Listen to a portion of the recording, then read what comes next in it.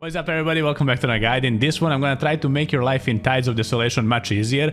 I'm gonna touch up on some topics that I'm frequently asked on my live streams and also tell you how I approach the event, the most efficient ways and best ways to make this event fun and easy for you. Also, just to be clear before we start, this is not purely event guide and how to grind the event and farm them points. Of course I can mention that as well, but it's gonna be more on a wider picture, you know, how to find some like niche details when it comes to the Ash Bloom, to the new traits as well, some of the trait changes and other stuff like that. As in previous guides, we're gonna have timestamps down below where you can navigate and skip right to the part that you're interested in. And I can already start just by telling you, when it comes to completing the event, there's really no secrets. All you gotta do is like play from Wednesday to Wednesday. Wednesday is when the challenge is reset. You get 7 levels from those, which is the best value and the probably easiest way to do it. You can do it with friends because some of the quests share, but as I said, I'm not gonna go too much into details when it comes to that because the events are pretty much repeatable as of right now, and it's the same old system.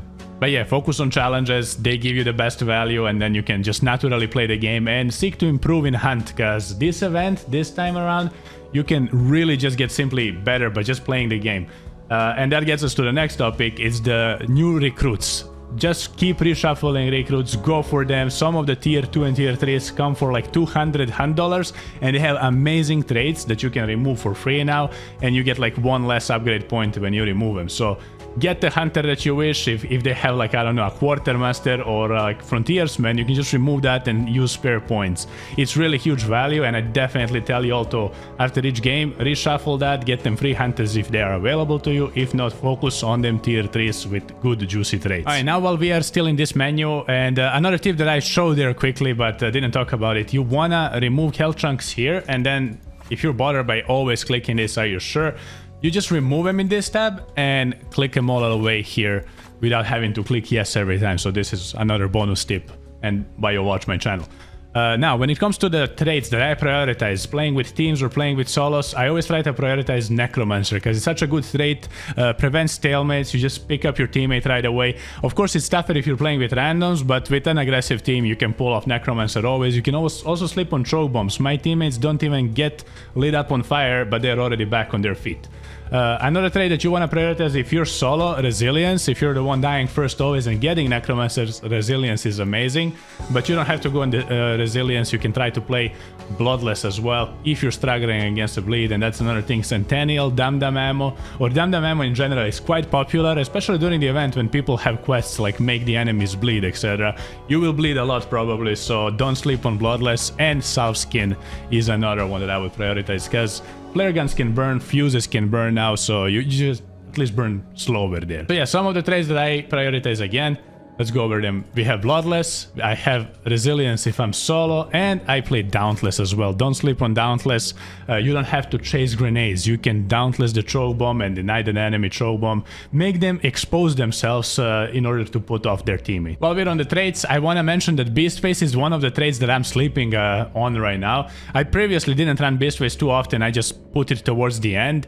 But right now during the Ash Bloom, especially like if you're playing weekends when the Ash Bloom is active, everything's noisy anyway, so you don't care about scaring the birds, scaring the horses and all that. Like, use the chaos to your advantage, I would say. Alright, now up to the equipment. My classic build right now is looking like this. I run 2 frags, we have regen shot. Although regen shot, I'm still on the edge now with this nerf 5 seconds of delay. It did get me killed a couple of times, but I'm still on the edge thinking about stamina shot, of course, such a wonderful item to have. And here, flare guns to ignite even from rooftop to rooftop. Fuses can do that as well, but this one just gives you range to instantly burn as well. And don't shy away from burning, because why would you sit for 20 minutes and wait for the third guy to show up and revive, or for the rest to on solo res to click the button? Just burn them and speed up the gameplay for yourself, for your own sanity there. When it comes to weapons that dominate the meta, if you're not the greatest head clicker, Centennial with bleed ammo, as I mentioned earlier, that's why everybody's bleeding, is a no-brainer. With 123, even if they're missing 1 health bar, it's kind of like long ammo. All you have to do is body tap them, they're probably gonna be bleeding out if they don't have Bloodless.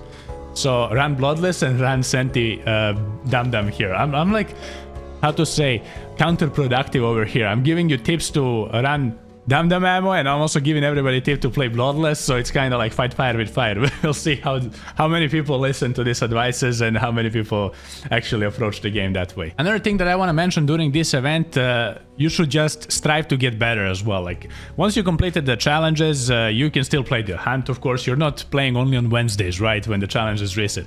Don't shy away from gunfights right now. Don't leave instantly after you go down in the spawn fight. You have so many ways to restore your health bars back. You have one of the teammates need to pick up Remedy and can restore the whole team here, like the Banish happened.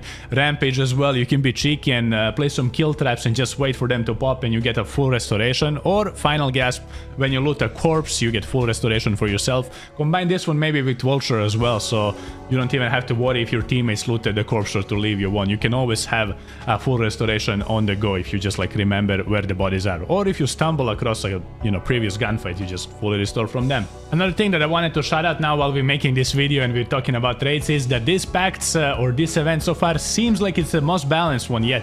When it comes to the packs, maybe you expected me to talk like which is the best pack, which is like you must run that one.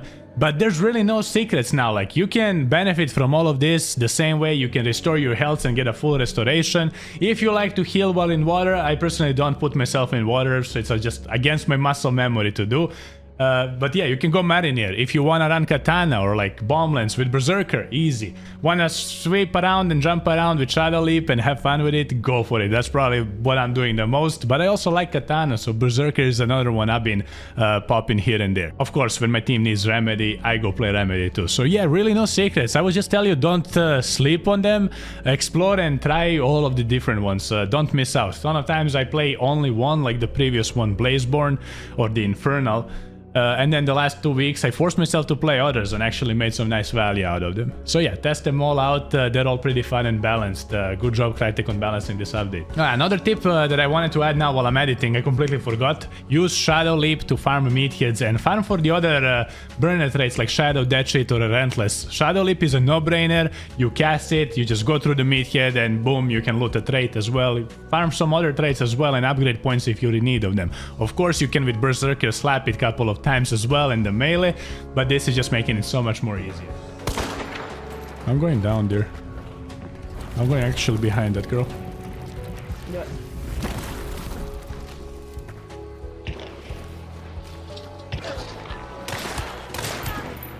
Got her. Nice. I'm coming to you. I'm just leaving this AI alive here.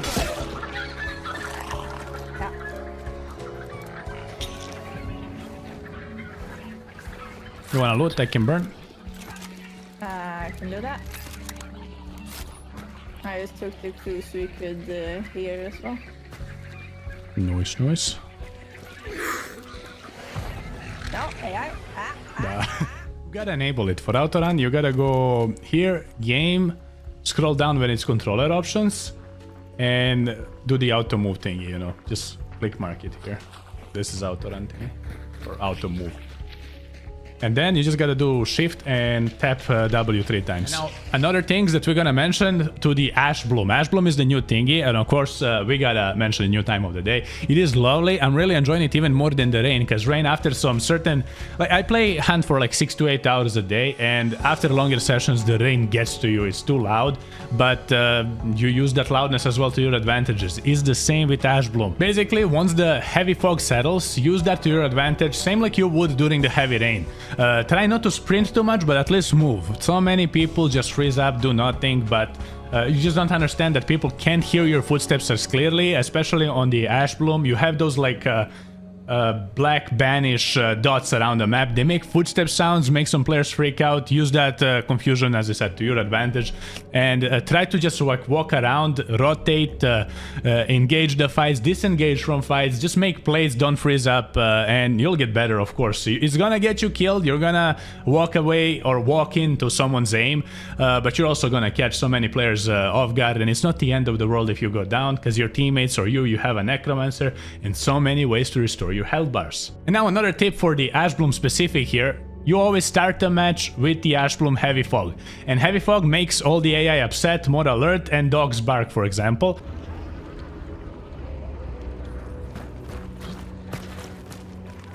and dogs, same like AI, have a bubble where they spawn around players. I think bubble is like 150 meters.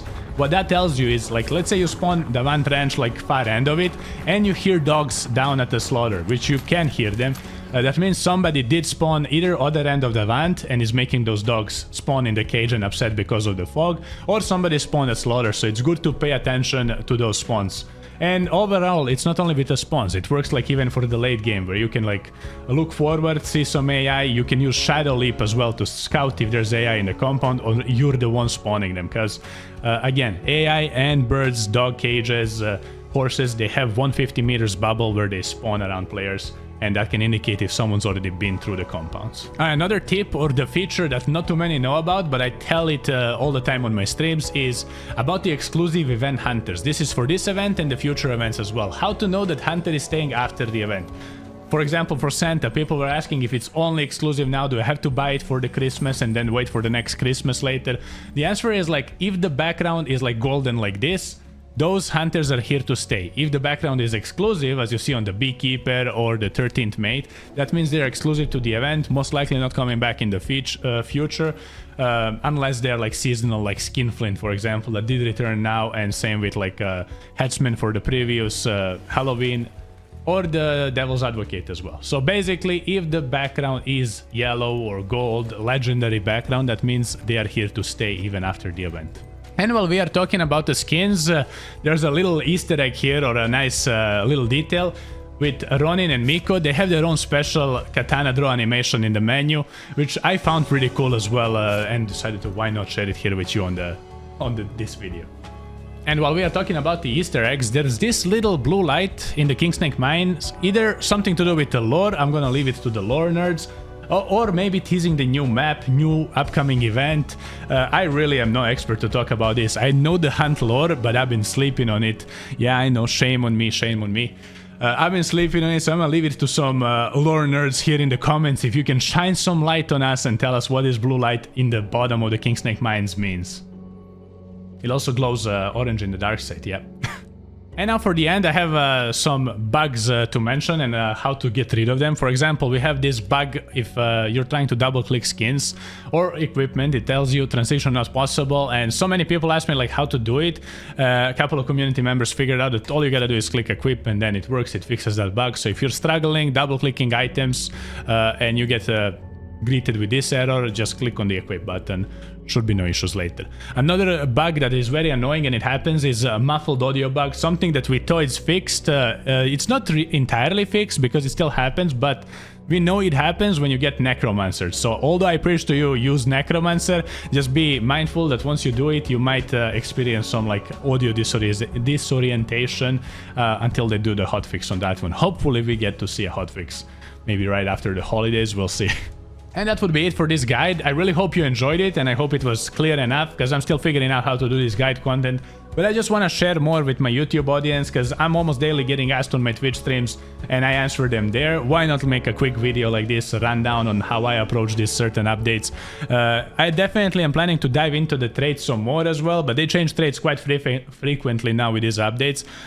We can make like an updated tier list and talk more about that in the future. And as I said, like when there's a new event, a new patch, expect more videos like this. Hope you enjoy them, enjoy your day, and I'll see you in the bio. Take care.